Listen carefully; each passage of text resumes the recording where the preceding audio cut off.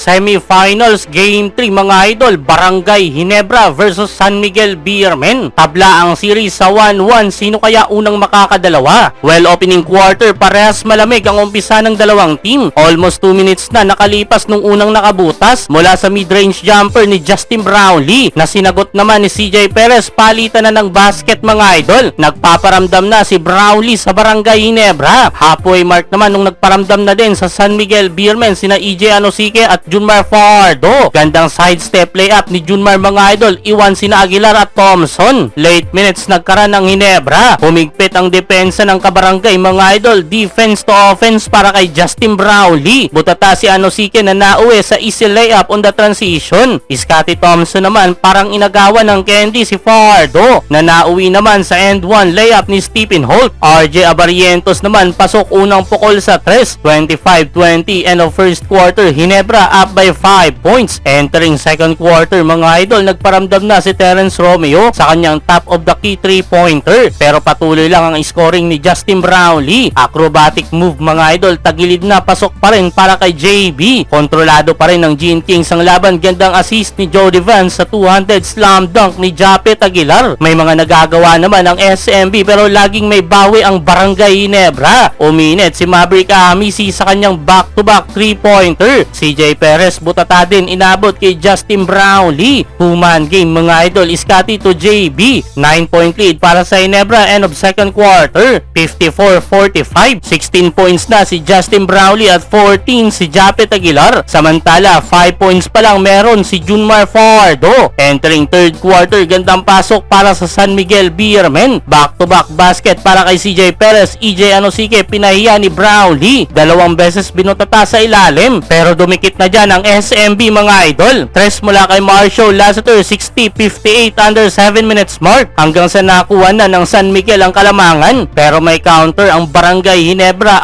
RJ Abarientos gandang pasa kay Brownlee at tinabla ang talaan mga idol sa kanyang second 3-pointer, 69 all. Dahil kay Abarientos muling napanghawakan ng Ginebra ang 4 na puntos na kalamangan end of third quarter, 76-72.